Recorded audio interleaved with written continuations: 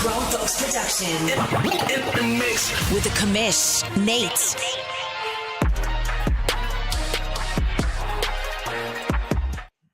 What's up, everybody? Welcome to Press Pass Live, your weekly podcast show for the OMFL. I am your host, the Commish, Nate, and we're jumping right into it. We got a couple of games to recap here, and we've got some things to break down as the playoffs are just around the corner. It has been a very long day for me, and we've got some things that we got to dive into. So, yeah, this is going to be a weird Press Pass Live. I've had a couple of these over my time here, and they're never fun, and so we're just going to get right into it. So let's go to week number 16 and recap some of these games. The Rams and D-Money beat Meek 41-21. Twinkie and the Eagles beat Penguins 48-21. Green Bay and Priest beat Colin in Chicago 31-28. Dallas and Dwayne beat Trey and the Chargers 45-42. Almost flip-flopped that. Bill and the Giants beat Big Hurt and the Vikings 37-13. Joker and the Bills beat Little Koch and the Browns 24-16. Kobe and the Jets beat my Saints 31-28. Close game there in Baltimore as Nipples wins 42-41 over Lost Sniper. Arizona and Maniac with a big-time win here in Week 16, 31-21 over Cincyburg. Kansas City and Luca win 35-21. His name is not Luca. Why can I never remember what his name is in the crazy game? I gotta go look because it's just gonna drive me nuts now. I don't know why. I always forget what his new name is. Shocks. Golly, why is that such a brain block, everybody? In my head, Shocks wins 35-21 over Byron. Panthers and Kevin have a great game. Bird wins 37-34 over Kevin. Las Vegas and Houston with an amazing game here as Jay Bowles wins 42-41 over Roger. Jacksonville and Nicehonger win 31-27 over Jay Glaze. Coming to the end of week number 16 here, you got what would have been Logan. I'll explain this later. 34-31 over Tim. Another great game here in Cincinnati. Denbrew wins 32-30 over Massimo. Reluctant Pancake Randy, he comes back, man. He gets a big-time victory. 51-24 over Crazy B-Man. Couple of situations there to explain, but man, we had some really, really close, good games. I want to talk about this one, though. I think this one has some of the bigger implications to what's going to happen in the AFC playoffs. You can see here, offensive rushing game really was close between these two guys. Basically the same. Passing game, basically the same. Rushing yards, offensive yards, everything just the same. You get to the turnovers. Only one turnover in this game. It was for Miami. They got the turnover. And then looking at the red zone touchdowns, 25% in the red zone here, 75 for the Bengals. That was going to be the big-time difference maker. Burrow, 304 yards, 3 touchdowns, 1 interception. Mr. Jimmy here, 2 touchdowns, no interceptions, 289 yards. Looking at the, hit the wrong button. Look at the rushing stats here. Again, no one really did anything right. 17 for 57 with the 1 touchdown. Hill, 9 for 136, man. All that speed, all that athleticism there on Miami. Still big-time playmakers. Harden, 6 for 119 on the other side. Looking at the sacks here, only 1 on the day. Fairchild gave up a sack to Miami. And then looking at your tackle leaders, combined tackles, Mallard had 10 on the day. Your tackles for loss, Hill and Robinson. Your sacks only it says there was 2. Just 1 wasn't credited to the offensive line. Dotson and Hendrickson each had a sack, and then the 1 interception. Not even going to try to mess up this fella's name here. But Miami cap it close. That one's going to come down as we get to just the final staging here in the AFC. That's going to be a big-time game that's going to go a long way at home, a 2-point loss to the Bengals. Let's look at week number 17. We've got a handful of games here left to play. Man, you hate to see that number 3 over there. That many restarts just absolutely stinks. Let's roll through a couple of these here. Big Hurt in Minnesota with a 35-28 victory over Tim and the Lions. I almost said it again. Shocks. I almost said Luka again. It's just burned in my head. Shocks with a 44-34 victory over Jay Glaze. Nipples bounces back with a 33-12 victory over Priest. Trey with a 31-17 victory over Raj. Kobe bounces back with a 34-18 victory over Lost Sniper. The Colts on a really close game. Nice, Sanger. I see you in the chat. Having a really good game here. 42-31. They're going to fall just short as Randy continues to stay red hot. My Saints somehow snuck out a win on the road in Nashville. 31-20 against Byron. Bird with a 31-24 victory over Meek. Meek's been sort of sliding here towards the end of the season. Beal with a 31-28 victory over Jay Glaze. Jay Glaze fighting to the very end. A 1-point victory for Twinkie, 38-37 over Joker. Colin and the Bears, 36-7 over Crazy B-Man. And Cincyberg wraps up his season. Oh, no, we got one more week. Not wraps up the season, but with a big-time victory over D-Money. That's impressive. 42-29. You got to come look at this one. I know there's probably not any playoff implications, but man, you got to tip your cap to Twinkie. He's been battling this entire year. Look at the yards gained, though. 594 to 600 and 467. Sorry, flip-flopped. I got dyslexia all of a sudden. 223 rushing yards, 307 for the Eagles, 307 passing yards there for the Bills, 5 red zone touchdowns for the Bills. Allen red hot on the day, but also turning the ball over a lot. 307 passing yards, 4 touchdowns, 3 interceptions. And look at Philadelphia, man. 78 combined passing yards on 1 interception in a, what would this be, 9-10 of 22. That's going to be a tough day. But the rushing game, getting it done over here. Shipley 3 for 106. Dixon 4 for 102, for a long of 73, a long of 47. Pacheco 5 for 58, a long of 17.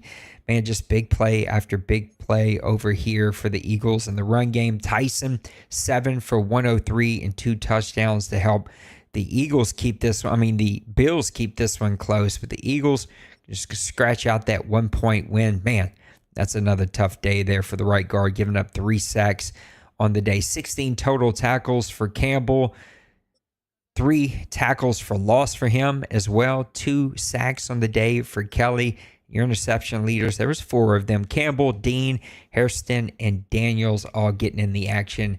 Really good game there from Twinkie. The 2-minute drill was actually a 2-minute drill, as we have a handful of games here in week number 17, and then we got week number 18. That is going to be one of the more pivotal and just kind of crazy week 18s that we have ever seen, and I will explain a little bit more about that in just a little bit. We're already going to get to our very first commercial, and just because I see his name in here, we're going to turn it over to Tony the Wrench. Leaky pipes, clogged drains, forget about it. Call Tony the Wrench Romano, New York's most connected plumber. Listen, I don't just fix pipes. I make problems disappear. Fast, quiet, clean. Just like Norna taught me. And maybe a couple uncles. Licensed, bonded, respected. No job too big, no secret tunnel too small. You can call someone else. Maybe they show up. You call me, I make sure it gets done. We don't just stop the leaks, we stop the talking. Now serving all 5 boroughs, and nobody asks questions. I love that last little part, Bill. It always cracks me up. Playoff races, they are already upon us. And let me pull up Bill, because he does a really awesome job about this. I know that it's easy to kind of get lost in the sauce. He gives us so many updates, and he does it without being asked. He just sort of does it, like clockwork. And I think we lose some of the really great content that gets produced here. Let's start over here in the AFC. And this is going to be according to Bill, so I'm just going to read to you what he's got. The number 1 seed looks like it is all clinched. It's going to be the Cincinnati Bengals. The Jets are going to be the number 2 seed. There is maybe an opportunity that 2 and 3 get flip-flopped. Currently, the 3 seed is going to be the Colts. all of those guys have won their divisions. The number 4 seed currently is the Chargers. He's 9-6 in the West. The Steelers, the number 1 wild card, 11-4. They're not going to be a CPU team. I will explain that in just a little bit. Ravens are at 10-6, the number 2 wild card. Number 3 wild card, the Dolphins at 8-7, still alive. Texans at 8-7, Titans at 8-8, Raiders at 8-8, Jaguars at 8-8, Bills at 7-8, and the Chiefs at 6-9. I think the Chiefs are going to be the longest shot in all of them to be able to make it. Bills also, I think, are going to be a super long shot to be able to make it. Let's see how this thing plays out. For just the sake of my brain, after the messages that happened right before Press Pass Live, I'm just going to play what we see on the screen. Bills, Jets, Dolphins, Colts, Ravens, Chargers, and the Steelers. Some really good matchups, potentially what would have been some really great matchups, but with some movement, we're going to lose 2 owners for sure, probably a 3rd owner by the end of all of this, by the end of next advance. And so it's going to be a lot of shakeup, a lot of movement, and we'll just have to see how this thing plays out. Let's break this down one by one. Actually, let's look at the NFC really quick. Might as well look in and see who is still alive over there. Rams dropping a big game this week, but they and the Giants still an opportunity maybe for a flip-flop there. So Rams are currently the number 1 seed at 13-3. Giants, the number 2 seed at 13-3. Still one more game left to go there. Number 3 seed is the Panthers at 10-6. 4 seed is the Bears at 8-7.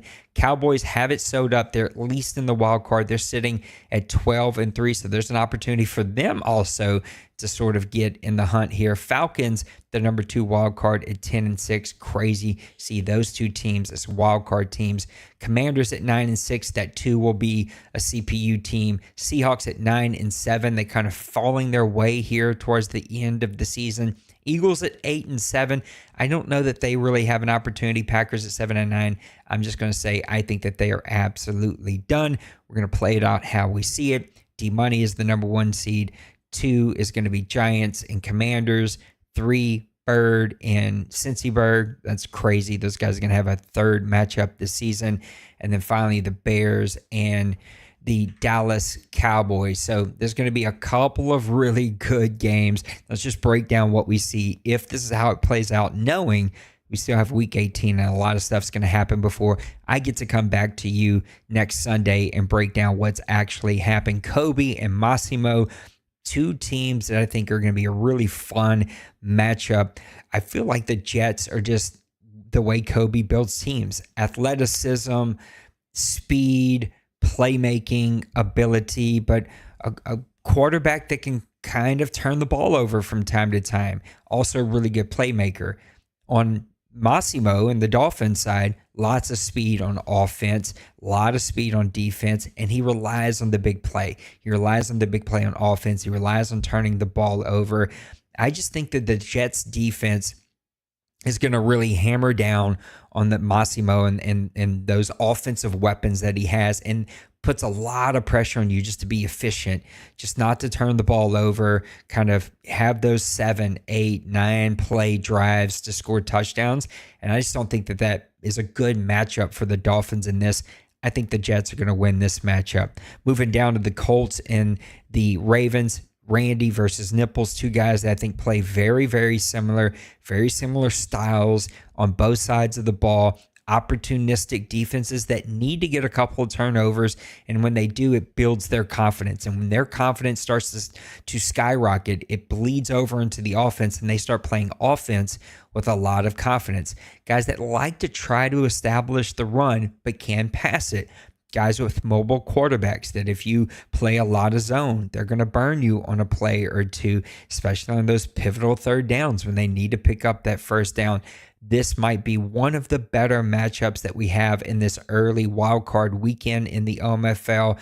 That's going to be a barn burner. Flip a coin.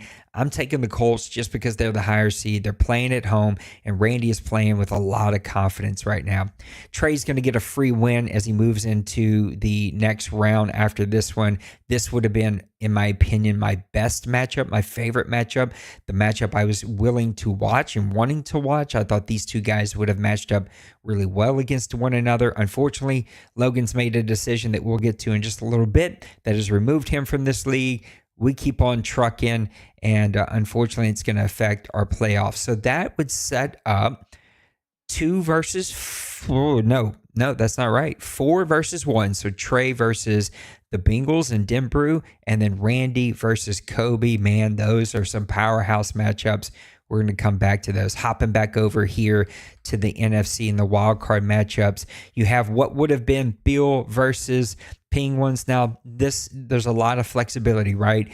Penguins, now that he's going to be gone, this CPU team could flip-flop with one of these other teams that are fighting, plus the Rams, the Giants, and the Cowboys are all still sort of fighting for that last number 1, number 2 seed, and sort of how that's going to play out.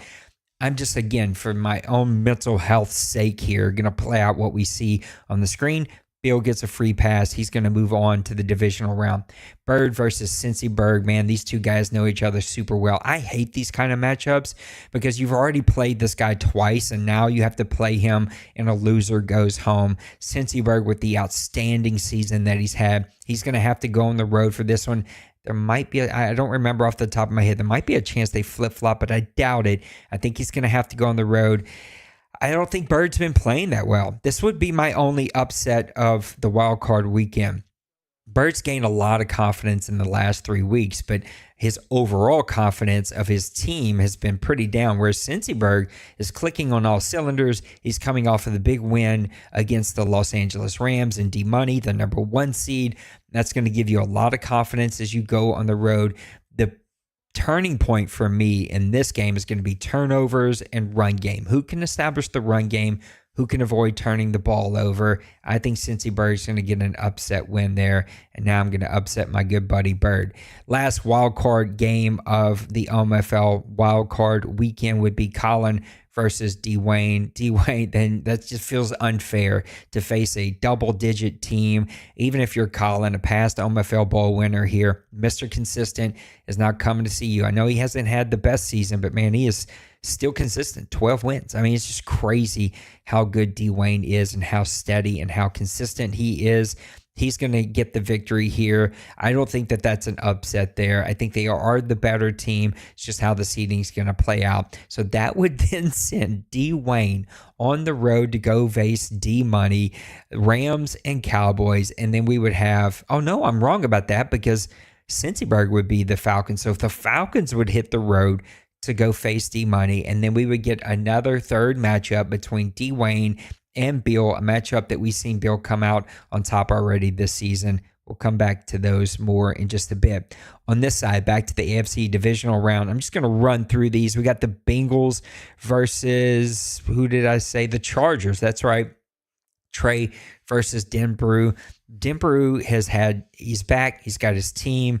He's rocking and rolling. He's playing the way that we know Denbrew normally plays. And I think being at home, even against Trey and the great play calling that Trey has, I think the big play, Burrow, getting the ball down the field, getting a couple of turnovers, it's hard to go on the road and play, especially in the AFC playoffs here. It's going to be Trey's first time at doing it since moving over from the NFC. I think he's going to make some noise, but I see the Bengals coming out on top. And then you got Randy versus Kobe, an epic matchup. I'm just going with my gut here. I think it's going to be Randy. Randy's going to have to go on the road. He's just, maybe it's because I played him recently. He just is playing with a lot of confidence, really good play caller, but so is Kobe. And maybe that's like my matchup between those two teams. I played Georgia in the Deuce, and they're so dominant. He just dominated me from the get-go.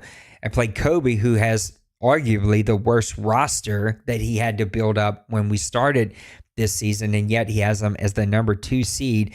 I feel like maybe I'm not giving either one of these guys the due credit that they fully deserve. Best game of the playoffs could be that Jets and that Colts matchup. Two guys that play very similar. I do love the Jets defense in this game. Can he shut down the run game of the Colts? I think he could. I'm just going with my gut, though. I think the Colts make one extra play, a late turnover, leads to a field goal to win the game as time expires. And expires? I don't know. That's not the word I was looking for. Expires. That would lead to me Bengals and Colts in the AFC Championship. That'd be a really good matchup. Over here, back in the NFC, you'd have the Rams and Cincyburg. I think the Rams would be too much for Cincyburg, especially going on the road. Now, I say that he just beat him. So maybe there's a little like extra something there for D-Money to get focused here. We got two babies now, but so does Cincyburg. He's got some little babies running around. So like, I don't know how you'd call this one. I'm just going to go with the home team. I think both of these guys are powerhouses. Both of these guys have big playmaking ability. I'm just going home team on this one. I think the home team's going to win this one and move to their NFC Championship game. And then you got Bird versus Dwayne in the last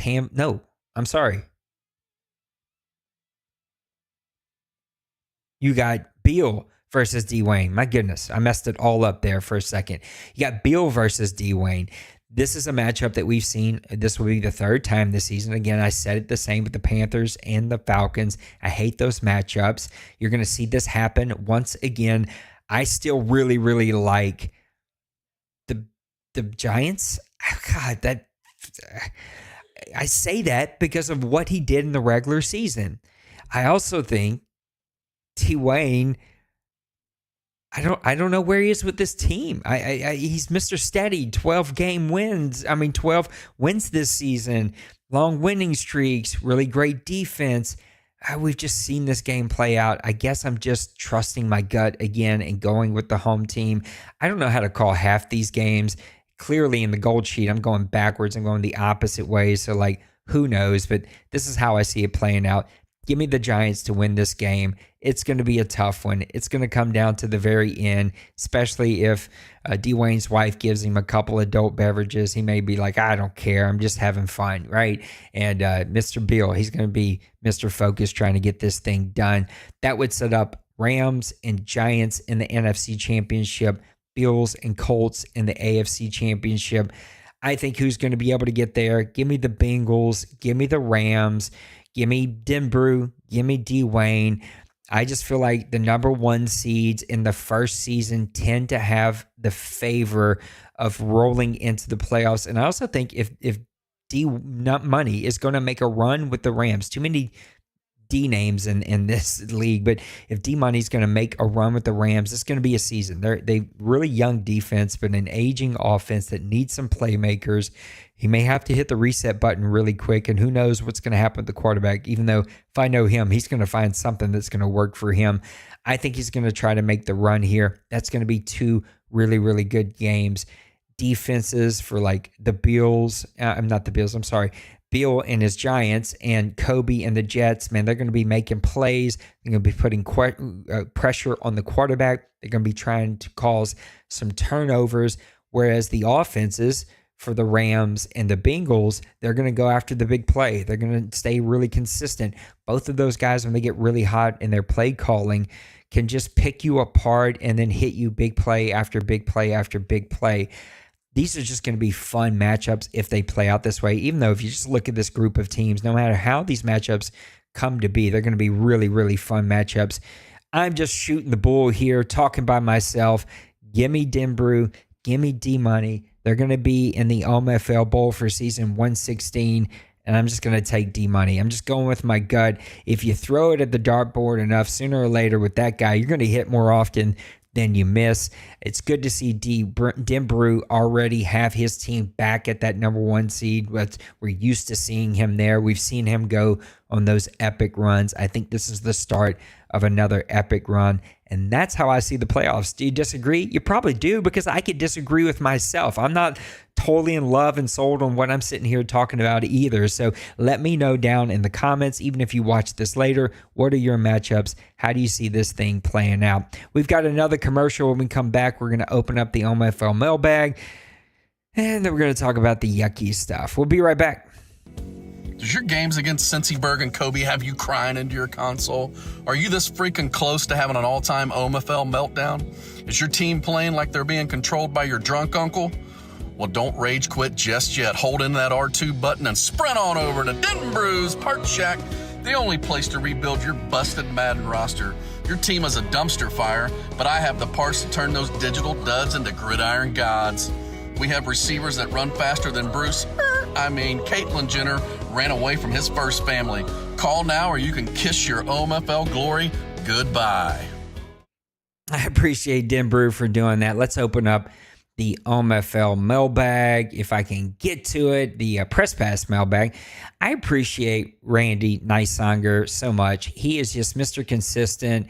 I think since I've moved the time, it's maybe messed this up a little bit. I'm not getting the reminders out about it, but Mr. Consistent, he's right there with me. He's getting these questions in, and he's letting me know exactly what he's thinking. Nisanger, the one question in the mailbag today, he says, who do you think will come out and get that last wildcard spot in the AFC? There are 4 or 5, 8-7, and 8-8 teams. Well, we just got the latest updated standings here from Mr.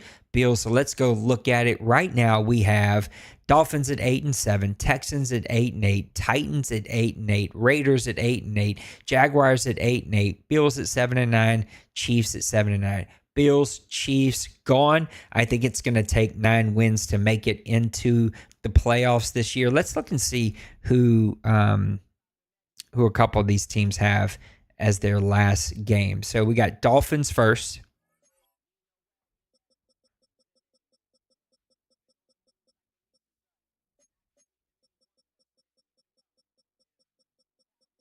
He's going to have lost sniper. Oh no, he's got the Bucks first. So he's got the Bucks this week. They're simming. So that sim could go either way for them. That's going to go a long way to figure out what's going to happen, what's not going to happen. And they got Lost Sniper and the Patriots here. That's going to be 2 tough games, especially depending on how this goes. My gut was going to go with the Texans, but now I'm starting to rethink that. This is why I hate sim games. This is why I hate when guys agree to sim games late in the season, because this one sim could either screw Texans, Titans, Raiders, Jaguars, or it could help them. And either way, it sucks because neither one of them were earned. Let's look at a couple of these other teams. We'll look at the Texans really quick since they're just kind of next on my list here. Texans are going to finish up the season. I wish you could just go backwards, but you cannot. They're going to finish up their season against the Colts. That's a really, really tough one. Colts are trying to make a last push for that as high of a seed as they can. They're not going to... I guess Randy, if he could tell us, like, are you more worried about injuries or you're more worried about confidence? This could be a tough game. I'd say that Randy's going to play this one out. That's going to be a tough victory for them to pick up, the Texans to pick up while they're on the road against one of the top teams in the AFC. Currently, the number 3 seed, but I guess technically still has an opportunity for that number 2 seed. Looking at the Titans really quick, this is the guy I told him after getting lucky against him last night, go get that last wild card spot. He finishes up against the Jaguars, so that one's going to play out by itself. Titans, Jaguars, losers done. Winner gives themselves a chance. It's going to be a long shot. Those 2 teams definitely need to be watching what happens in the sim of the Dolphins and the Bucks. That's going to be a big-time game that's going to determine what happens in this game here between Byron and Randy. That's just, again, it goes back to why those sims are so important and why I hate them so much. And then finally, I mean, we can look at the Bills, but I just don't think they have an opportunity. Too little, too late. They're going to wrap up against the Jets, who also want to confirm that they have that number 2 seed. That's going to be a tough one on the road for them. So, gun to my head, I'm going to go with the Dolphins. I think they're going to get the better of the luck. They're going to get a free W this week against the Bucks. Then it's going to come down to that last game. Texans have a hard time at it. Titans and the Raiders. We didn't look at the Raiders. Let's look at the Raiders really quick.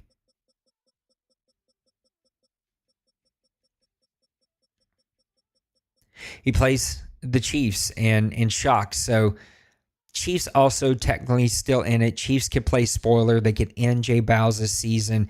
Shocks can do that. He is red hot here in the second half of the season. I'm just going to stick with the Dolphins.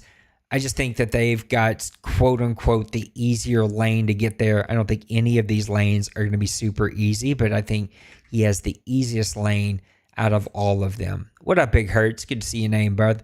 I haven't seen you in quite some time, and I know you've had a lot going on, and yeah, it's just good to see your name. So, all right, one more commercial, and then we get to talk some ugly stuff. We'll be right back. Howdy there, y'all. Have you ever had trouble staying fresh in your Madden game? Has your FPR really stunk it up? Do you reek from sweaty gameplay? If you answered yes to any of these, we can help.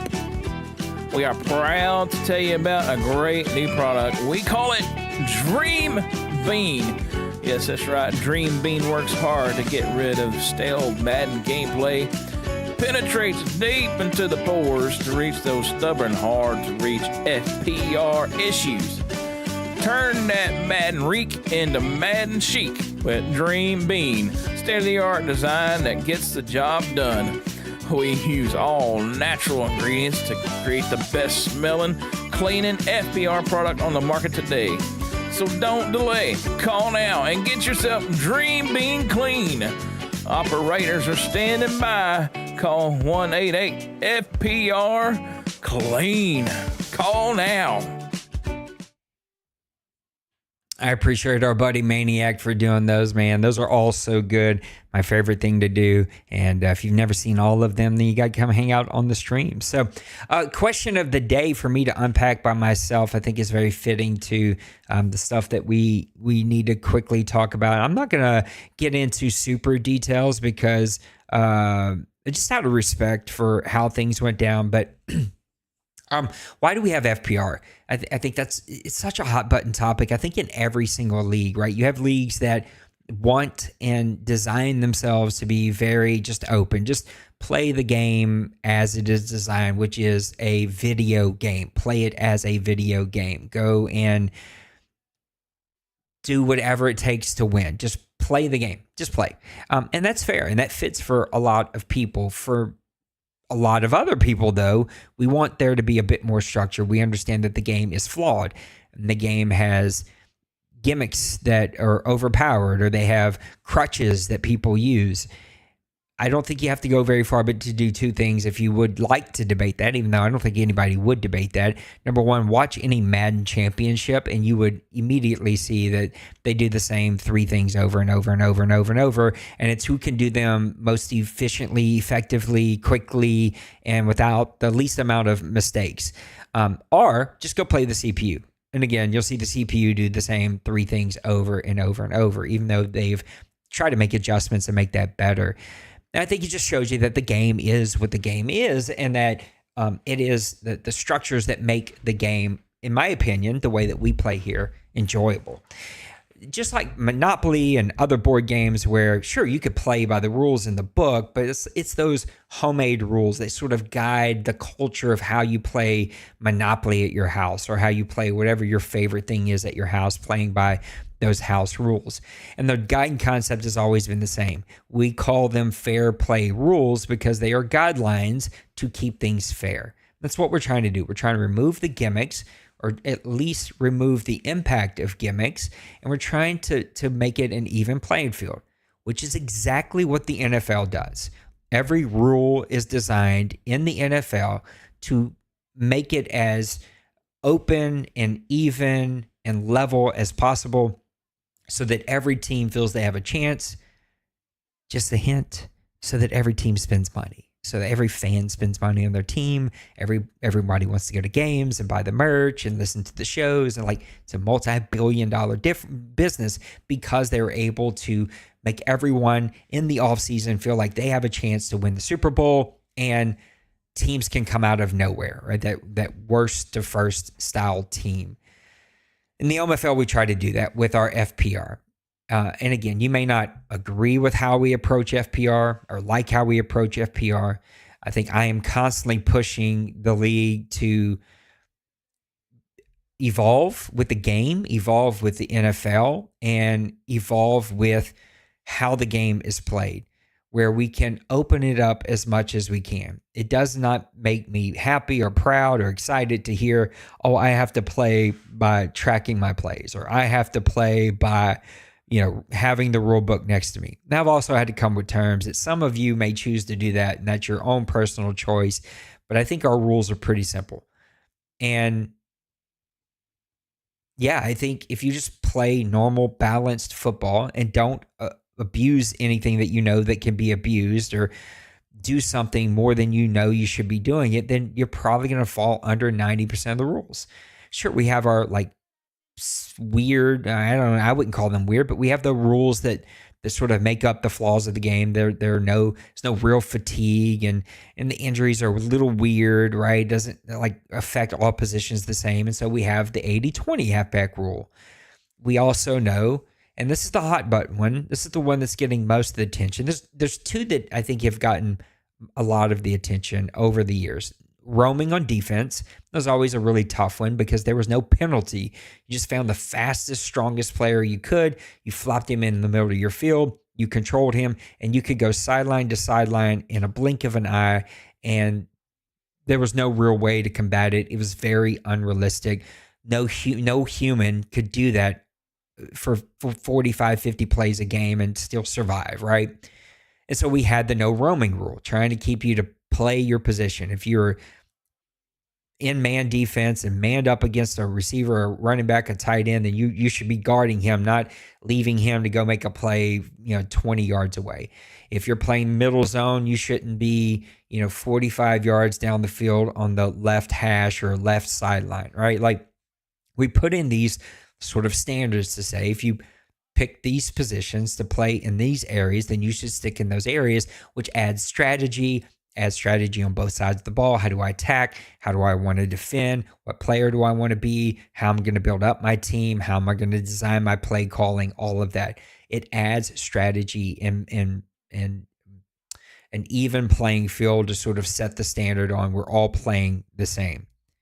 The other one has been sort of the biggest issue that I have faced as a commissioner, and that is non-wide receiver throws. And we have been all over the map over the years. Ultimately, what it comes down to is that no matter how fast your players are on defense, especially your linebackers, no matter how smart they are, no matter how much of an X factor they are, you can still abuse them with tight end throws. You can still abuse halfback checkdowns. And if there were no FPR, we would have games, because we have literally seen them, where there were just no strategy in play calling. My camera's all messed up a little bit. I'm going to have to work on it a little bit later. But there's no strategy in play calling. And instead, it's just check down city. Boom, boom, boom, boom. 15 of 18 completions. The quarterback goes 18 of 18 for the game for 200 yards. And you just can't stop them because they're just checking everything down, and because you're on defense forced to mix in man and blitz and these other plays and not just abuse a zone, he can just pick you apart all day long.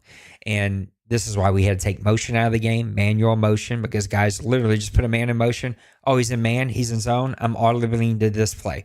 There's just no strategy, because you can do things a lot quicker, and there's no physicality in a video game than you can in real life. You can do those things in real life, but there's a lot of physicality, there's fatigue, your brain isn't working. There's other things that even the playing field, which is why there are no rules like that in the NFL, where we don't have those things here, and we have other things that kind of come in the way. So this is why I think you got to have these type of FPR. So here's where we landed tonight. A couple of weeks ago, Logan was popped with his 5th FPR break that was never turned in, that was never self-announced, whatever that we called that. I'm drawing a blank. And so you guys see me. I gave him a pretty big pop. I had to be like, yo, we got to get your attention. You got to clean these things up. This is ridiculous. We tried to have a conversation the first time. It kept happening. It's we're beyond ridiculous now.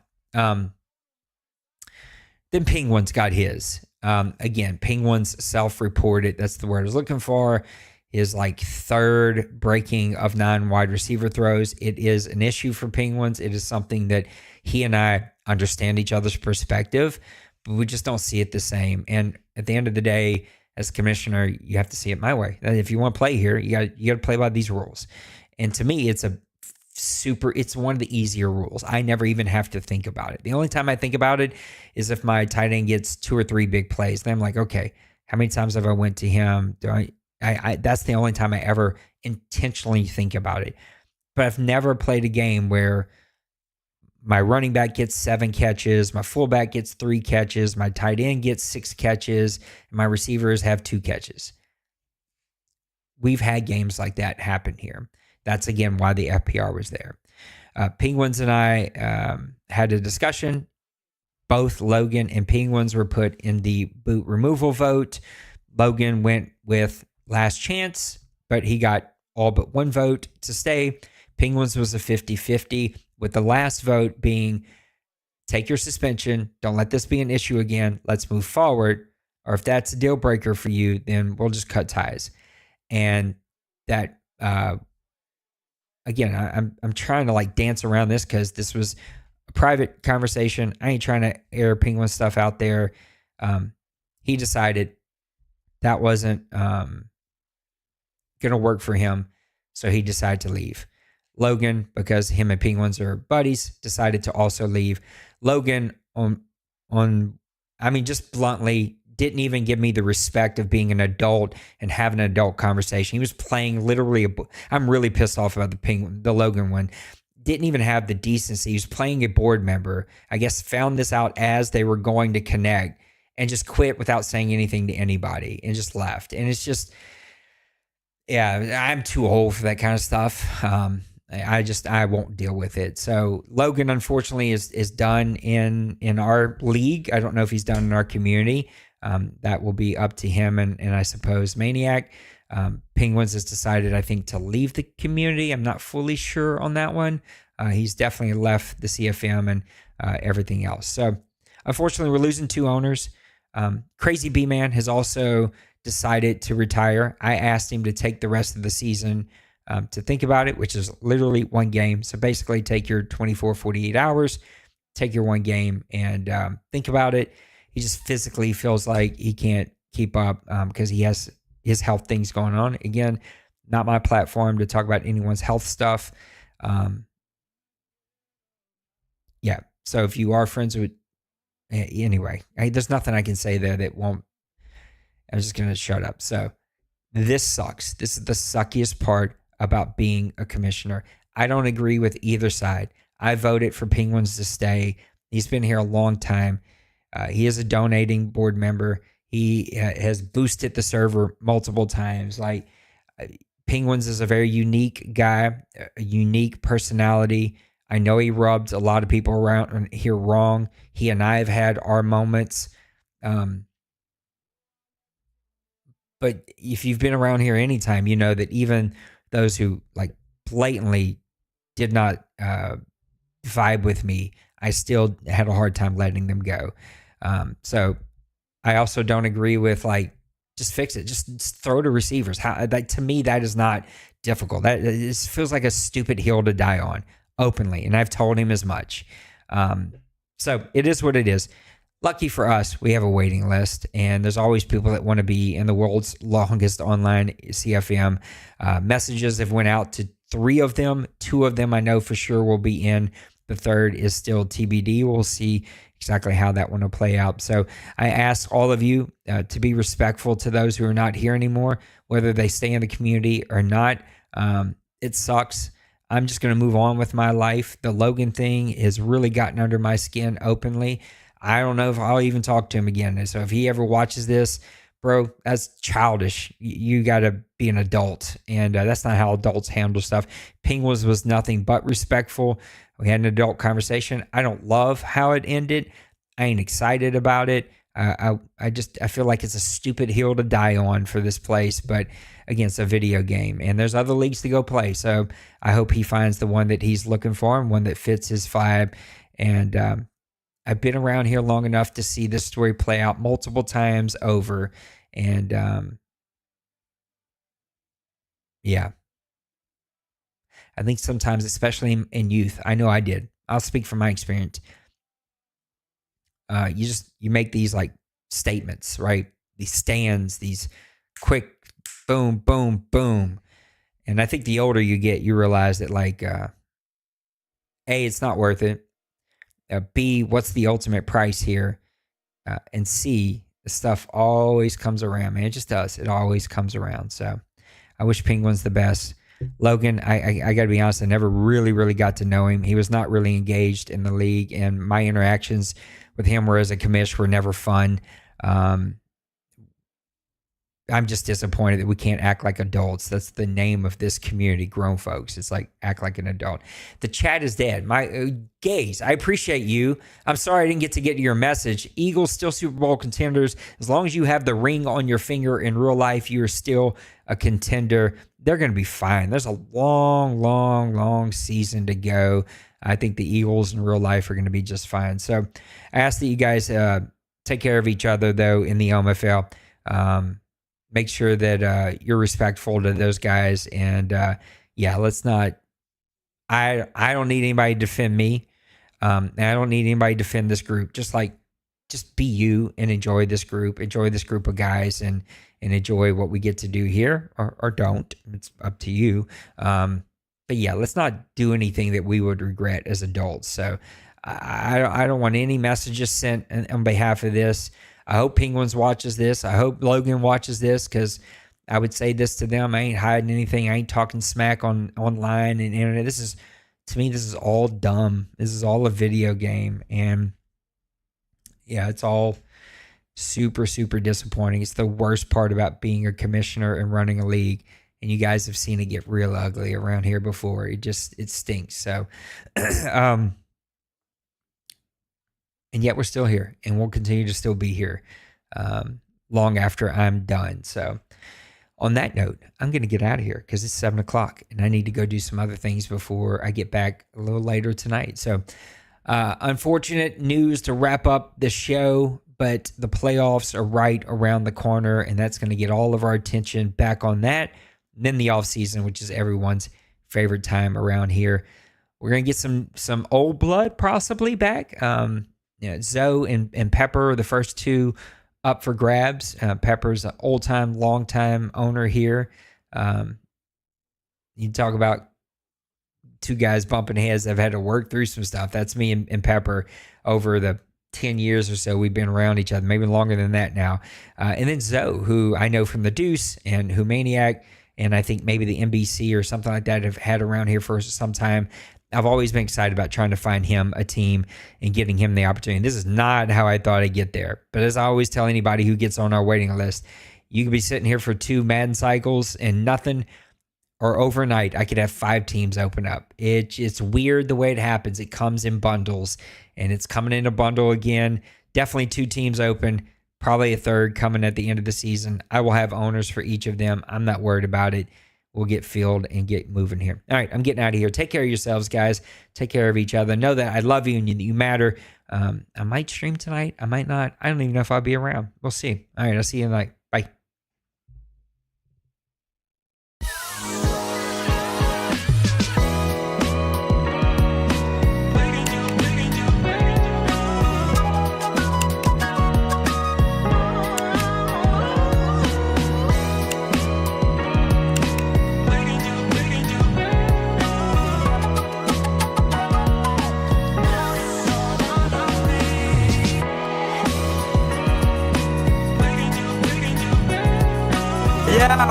Smash that like and subscribe.